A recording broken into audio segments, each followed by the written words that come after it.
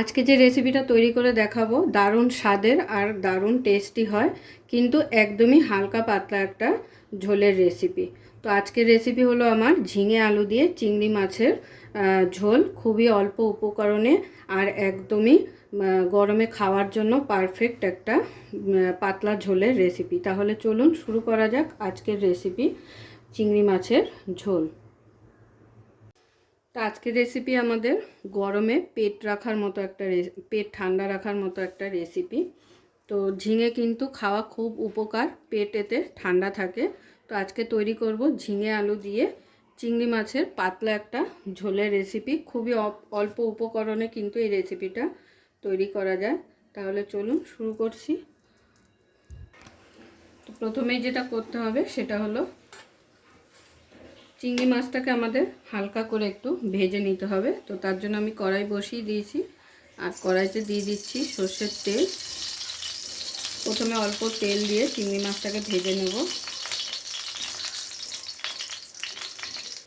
তেলটা গরম হয়ে গেছে, তেলের মধ্যে দিয়ে দিচ্ছি সামান্য একটু হলুদ আর সামান্য একটু নুন চিংড়ি মাছটাকে ভাজার জন্য।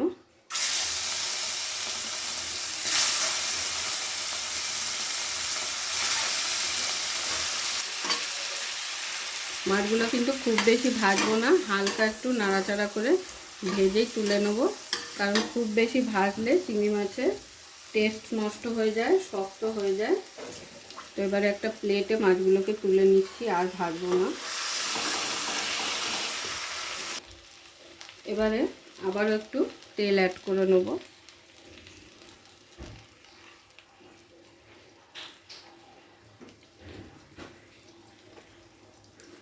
তেল অ্যাড করার পরে ফোড়নে দিয়ে দেবো কালো জিরে,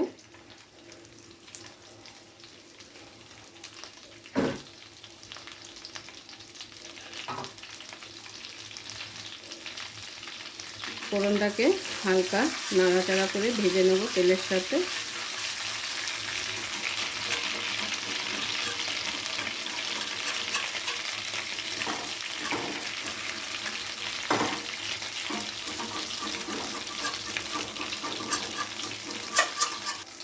ফোড়নটা যখন হালকা ভেজে নেওয়া হয়ে যাবে, প্রথমে আলুগুলো দিয়ে হালকা ভেজে নেব।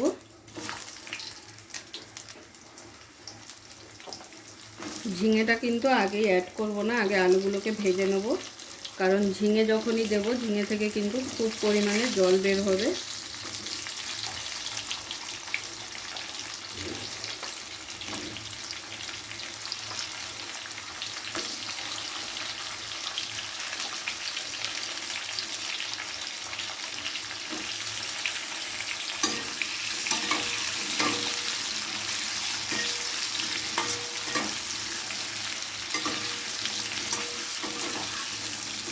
যেহেতু ঝিঙে দিয়ে তরকারি আলু, তো সেই কারণে কিন্তু আলুগুলো একটু পাতলা পাতলা করে কেটে নিতে হবে, যাতে একসাথে সমানভাবে সেদ্ধ হয়।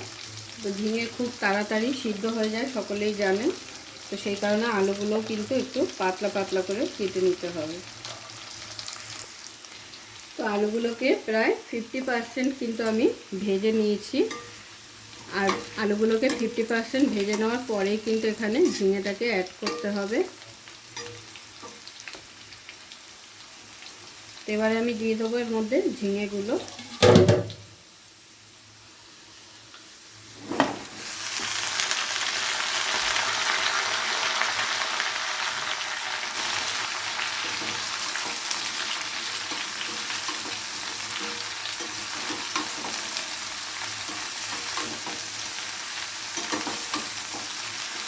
এবারে ঝিঙেটাকেও আলুর সাথে কিছুক্ষণ ভাজা ভাজা করে নেব।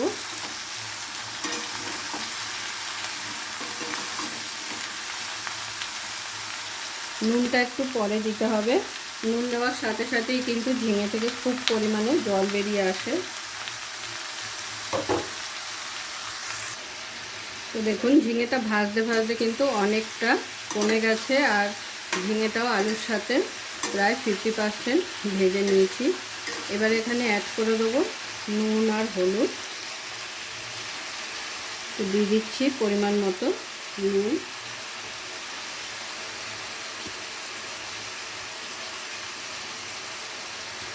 হলুদ গুঁড়ো,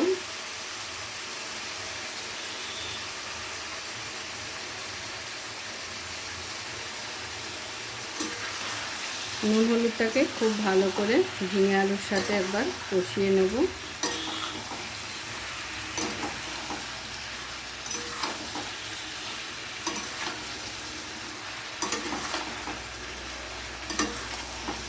আর ঝালের জন্য দিয়ে দেবো কাঁচা লঙ্কা বাটা। চাইলে আপনারা চিরাও ব্যবহার করতে পারেন, কাঁচা লঙ্কা চিড়ে দিয়ে দিলেও কিন্তু হয়। তো দিয়ে দিলাম 2 চামচ মতো কাঁচা লঙ্কা বাটা, দিয়ে কাঁচা লঙ্কাটাকে আবার খুব ভালো করে কষিয়ে নেবো একবার। তো দেখুন নুন দেওয়ার সাথে সাথে কিন্তু ঝিঙে থেকে জল ছাড়তে শুরু করে দিয়েছে, আর কিন্তু কোনো মশলা পড়বে না। কিছুক্ষণ নাড়াচাড়া করে এখানে অ্যাড করে দেবো জল।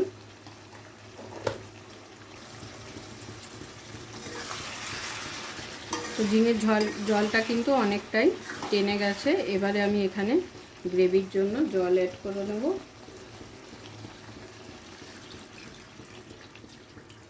তো দেখতেই পেলেন কত সিম্পল একটা রান্না। আর জলটা একটু বেশি দেব, যেহেতু পাতলা ঝোল হবে। এটা কিন্তু গাঢ় করলে বা মাখা মাখা করলে ভালো লাগবে না, এটা একটু পাতলাই ঝোল হয়। তো গরমকালে এরকম পাতলা ঝোল একদম কম মশলায় কিন্তু খাওয়া খুবই ভালো, এতে পেটের উপকার হয়। আর ঝিঙে খেলে কিন্তু পেট ঠান্ডা থাকে। তো এবারে ঝোলটাকে ফুটতে দেব। তো দেখুন ঝোলটা ফুটে উঠেছে, আর একটু চেক করে নেব আলুগুলো কিন্তু এতক্ষণে প্রায় 80% সেদ্ধ হয়ে গেছে। ঠিক এই সময় চিংড়ি মাছটাকে অ্যাড করে দিতে হবে। আর চিংড়ি মাছের যে জলটা ছিল সেটাও কিন্তু দিয়ে দিতে হবে। জলটা কিন্তু ফেলে দেবেন না, অবশ্যই জলটা অ্যাড করে নেবেন, এতে করে খুব সুন্দর একটা ফ্লেভার আসে। আর কিছুক্ষণ একটু ফুটালেই কিন্তু আমাদের চিংড়ি মাছের ঝোল রেডি হয়ে যাবে ঝিঙে আলু দিয়ে। তো আমাদের চিংড়ি মাছের ঝোল কিন্তু ঝিঙে দিয়ে একদম রেডি। এবার নামানোর আগে একটা মশলা দেব, সেটা হলো শুকনো লঙ্কা, তেজপাতা, গোটা জিরে, গোটা ধনে একসাথে শুকনো খোলায় তেলে গুঁড়ো করা। এই মশলাটা দিলেই কিন্তু এই তরকারিটার টেস্ট একদম অন্যরকম হয়ে যায়, অসাধারণ লাগে খেতে। আর যে কোনো জিনিসে টালা মশলা দিলে একটু দেখবেন খুব সুন্দর একটা ফ্লেভার আসে। কষানোর সময় কিন্তু দেখেইছেন খুব মশলা দিইনি, নুন হলুদ আর কাঁচা লঙ্কা ছাড়া কিন্তু এখানে কিছুই দিইনি। আর নামানোর আগে এই মশলাটা কিন্তু অতি অবশ্যই এই তরকারিটায় দিতে হবে, তাহলে কিন্তু এটার আসল টেস্টটা বুঝতে পারবেন যে কতটা অসাধারণ লাগে খেতে। তো এবারে আমি গরম গরম সার্ভ করে নেব। আমার চিংড়ি মাছের ঝোল একদম রেডি। আর শুকাবো না ঝোলটাকে, ঝোলটা কিন্তু এরকমই রাখতে হবে। দেখে আশা করি বুঝতেই পারছেন। পুরো ভিডিওটা দেখার জন্য সকলকে অসংখ্য ধন্যবাদ। এরকম আরও নিত্য নতুন ভিডিও দেখার জন্য চ্যানেলটি অবশ্যই সাবস্ক্রাইব করে নেবেন, আর পাশে থাকা বেল আইকনটি প্রেস করে নেবেন নতুন রেসিপির আপডেট পাওয়ার জন্য। তো সবাই ভালো থাকবেন, সুস্থ থাকবেন। আবারও দেখা হচ্ছে আপনাদের সাথে নতুন একটি রেসিপি নিয়ে।